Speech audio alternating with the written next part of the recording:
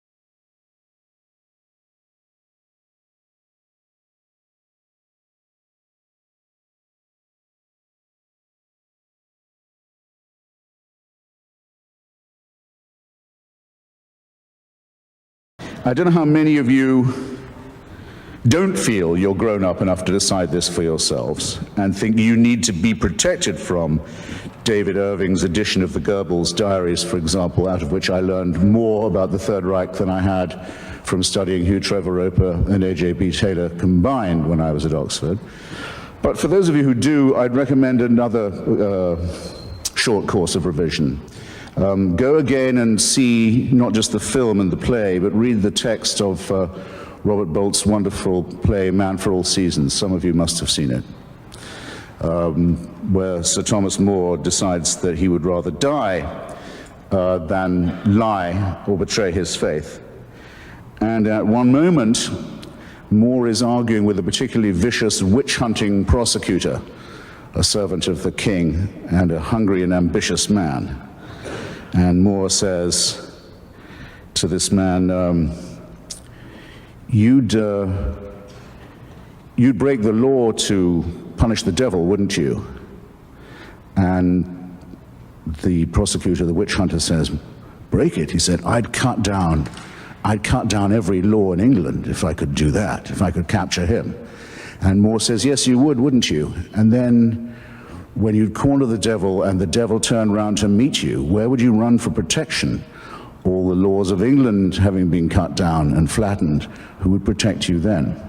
Bear in mind, ladies and gentlemen, that every time you violate or propose to violate the free speech of someone else, you, in potentia, you're making a rod for your own back, because the other question raised by Justice Oliver Wendell Holmes is simply this: who's going to decide?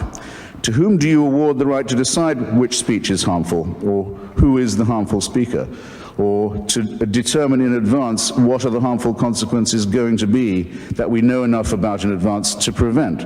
To whom would you give this job? To whom are you going to award the task of being the censor? Isn't it a famous old story that the man who has to read all the pornography in order to decide what's fit to be passed and what is fit not to be is the man most likely to become debauched? Did you hear any speaker in the opposition to this motion, eloquent as one of them was, to whom you would delegate the task of deciding for you what you could read?